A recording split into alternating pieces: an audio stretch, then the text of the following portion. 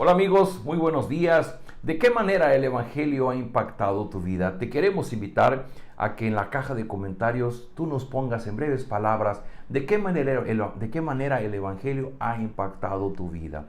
Estamos leyendo Hechos de los Apóstoles, hechos que transforman nuestra vida. Y el pasaje que vamos a ver hoy, vamos a ver en el ejemplo de Pablo y Bernabé de qué manera el Evangelio había impactado sus vidas. Estamos leyendo el capítulo 14, en donde leímos que Pablo y Bernabé llegaron a Listra. Ahí sanaron a un cojo de nacimiento y la multitud se volcó para adorarlos como dioses y le nombraron Mercurio y Júpiter, que eran sus dioses paganos. Y Pablo les decía: señores, ¿qué hacen? Nosotros somos mortales como ustedes.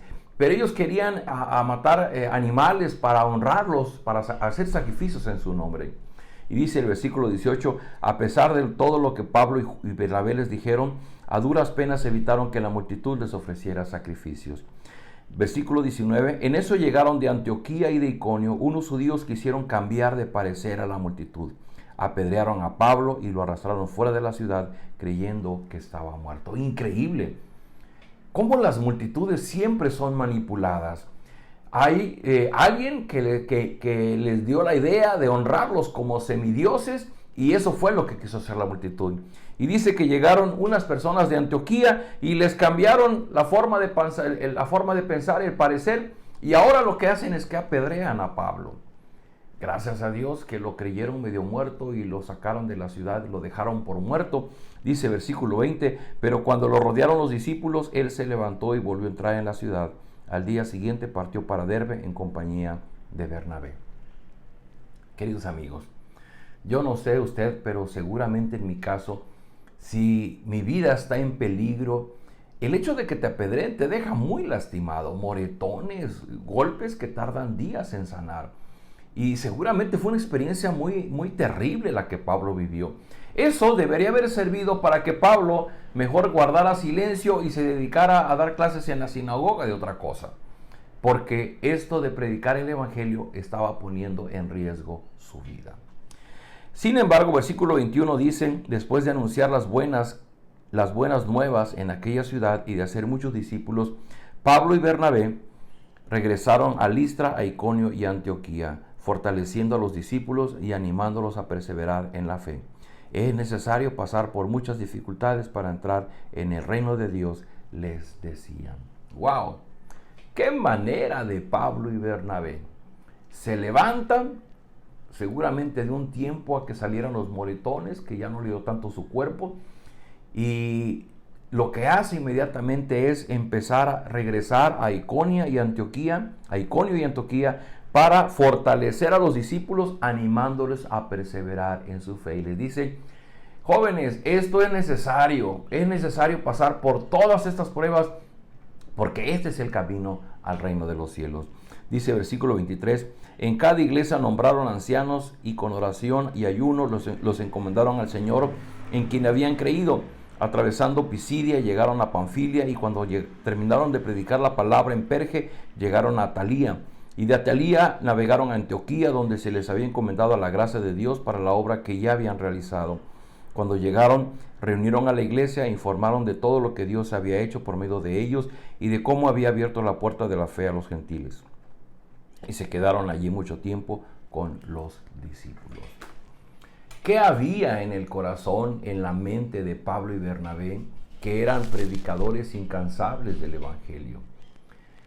¿Se acuerda cuando vimos en Hechos capítulo 9? Pablo, ese perseguidor de la iglesia, que buscaba a los cristianos para sacarlos de los cabellos de la sinagoga, de sus lugares de reunión, de donde estuvieran, para llevarlos presos a Jerusalén, entregarlos a la justicia romana. Sin embargo, él fue tocado por el Señor Jesucristo. El Señor Jesucristo se le pone de frente en el camino, lo deja ciego y le dice: Pablo, yo te he escogido para que tú vayas y prediques el Evangelio. Ahora Pablo no encuentra su propósito de vivir en ninguna otra cosa más que en predicar el Evangelio. Por eso ese fuego de predicar el Evangelio hierve en su corazón. No importa que lo acababan de apedrear, lo dejaron medio muerto. Él se recupera y él viene recorriendo las iglesias de regreso rumbo a Antioquía y dice: fortalezcanse en la fe, Permanezcan en la fe. ¿Por qué? Porque es necesario pasar por todo este tipo de pruebas. Y yo quisiera usar un texto que me gusta mucho del apóstol Pablo.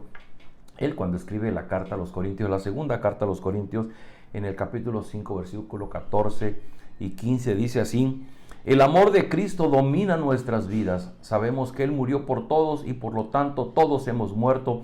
Así que si Cristo murió por nosotros, entonces ya no debemos vivir más para nosotros mismos, sino para Cristo, que murió y resucitó por darnos vida. En la versión 60 dice: el amor de Cristo nos constriñe. Y esta palabra constriñe, de su etimología en el griego, puede traducirse como nos empuja, nos forza. El amor de Cristo nos empuja, nos forza. Dice, ¿por qué? Porque sabemos que Él murió por todos y ahora nosotros ya no debemos vivir para nosotros mismos, sino para Cristo. ¿Qué había en el corazón de Pablo y en el corazón de Bernabé? Había este entendimiento de lo que significó su salvación, de lo que significó pasar a formar parte de la familia de Dios, de lo que significó el sacrificio del Señor Jesucristo en la cruz del Calvario. Amigos, las personas somos transformadas por el mensaje de la cruz, por el mensaje del Señor Jesucristo. ¿De qué manera impacta nuestra vida? Bueno, en la medida que podemos darnos cuenta del gran amor de Dios derramado en Jesucristo. Dice Pablo, es que Cristo murió para que ahora nosotros ya no vivamos para nosotros mismos, sino que vivamos para Él. Queridos amigos, esta es una parte importante del ADN del Evangelio. Llegar al Señor Jesucristo, entregarle nuestra vida, entendemos que nuestra vida ya no nos pertenece. No podemos seguir planeando, no podemos seguir disponiendo de nuestra vida, de nuestros recursos, como si no tuviéramos dueño. Pablo se autonombra y dice, Pablo, siervo, y esta palabra siervo realmente se debe traducir como esclavo de Jesucristo. Un esclavo de Jesucristo no es dueño de su voluntad. Se despierta a la hora que el amo dice, se duerme a la hora que el amo dice, come a la hora que el amo dice y descansa si el amo le da permiso de descansar. Ese es el gran problema cuando no comprendemos el mensaje del Evangelio. Que nosotros decimos creer en Jesús como Salvador porque nos interesa que nos lleve al cielo, pero no logramos reconocer a Cristo como Señor, aquel que ha comprado nuestra vida y que ahora le pertenecemos. Le pregunté en un principio, ¿de qué manera el Evangelio ha impactado su vida?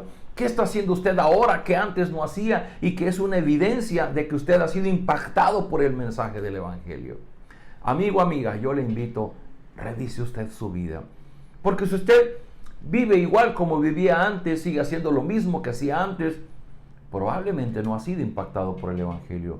Probablemente simplemente está practicando una religión, como dijimos hace unos días. Porque cristianismo no es religión. Cristianismo es justificación. Y cuando entendemos lo que costó esa justificación, nuestra vida es fuertemente golpeada, es transformada nuestra manera de vernos a nosotros mismos, de ver a los demás, y hay cosas que dejamos de hacer para empezar a hacer otras, y esas cosas que empezamos a ver tienen que ver con el reino de los cielos. Amigos, Pablo decía, es necesario pasar por muchas dificultades para entrar en el reino de Dios. Y esas dificultades tienen que ver con perder amores, perder nuestros ídolos, perder lo que más amamos para dar lugar a amar a Dios y cumplir la gran comisión de ir y hacer discípulos. Déjeme orar por usted. Padre, gracias porque en esta mañana el apóstol Pablo y Bernabé inspiran nuestra vida con lo que ellos hicieron y nos lleva a preguntarnos de qué manera el Evangelio nos ha impactado a nosotros. ¿Qué estamos haciendo hoy por el reino de los cielos?